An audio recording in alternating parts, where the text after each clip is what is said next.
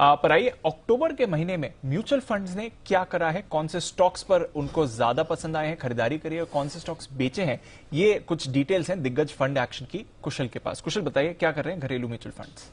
देखिए 5 fund houses का हमने एनालिसिस किया और यहाँ पर जिस कंपनियों के इनपुट कॉस्ट प्रेशर्स होते हुए दिख रहे थे, वहां पर जो भी कंपनियां पास ऑन कर पा रही थी या तो उन पर फोकस बनाया या फिर जिन पर इनपुट कॉस्ट का प्रेशर बिल्कुल भी नहीं है, उन सब कंपनियों पर जो फोकस है म्यूचुअल फंड हाउसेस का बनता हुआ दिख रहा है।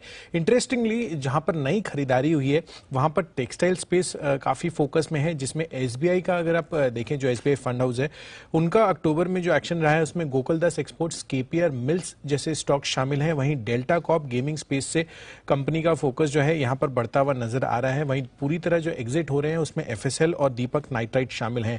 दूसरी तरफ आईसीआईसीआई फंड हाउस का अभी अगर आप बात करें तो गेमिंग स्पेस से नजारा टेक्नोलॉजीज में इन्होंने फ्रेश खरीदारी की है।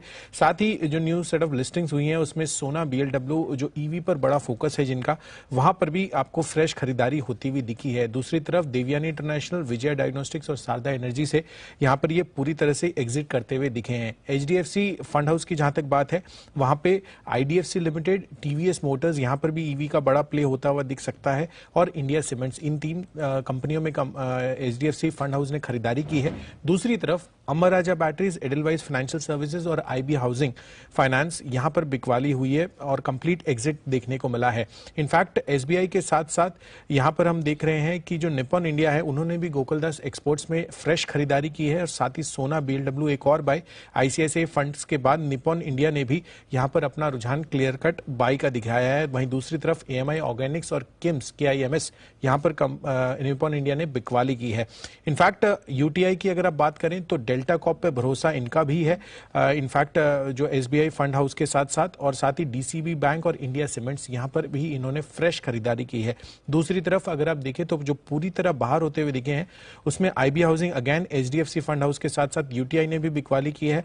खादिम इंडिया और मोतीलाल ओसवाल फाइनेंशियल सर्विसेज, यहां पर बिकवाली हुई है। बट लार्जली अगर आप देखें तो जहां पर इंक्रीज हुए हैं, मतलब यहां पर इनका ऑलरेडी स्टेक था और जहां पर यहां पर बिकवाली की है, इन्होंने हिस्सेदारी अपनी घटाई है, उन सब शेयरों पर भी आपको फोकस रखना चाहिए। जहां पर लार्जली अगर आप देखें तो majority of the fund houses ने लार्ज कैप आईटी जैसे कि इन्फोसिस, एचसीएल टेक, टीसीएस में खरीदारी अपनी बढ़ाई है। साथ ही जो बैंक्स हैं उसमें एचडीएफसी बैंक और आईसीआईसीआई बैंक पर काफी फंड हाउसेज का रुझान बढ़ रहा है। दूसरी तरफ जहां पर बिकवाली हुई है 2 या 2 से ज्यादा फंड हाउसेज की, वहां पर भारतीय एयरटेल और रिलायंस शामिल है। बिकवाली हुई है भारतीय एयरटेल और रिलायंस। ये इंटरेस्टिंग है। स्टॉक में तो हमने अच्छा एक्शन देखा है बट कुछ फंड्स की तरफ से बिकवाली आपको होती हुई दिखी है। तो ये है आपके लिए कुछ डिटेल्स किस तरह से फंड हाउसेस का एक्शन रहा है पिछले तिमाही में और कहां पर आपको रखनी है नजर जहां तक एक्शन की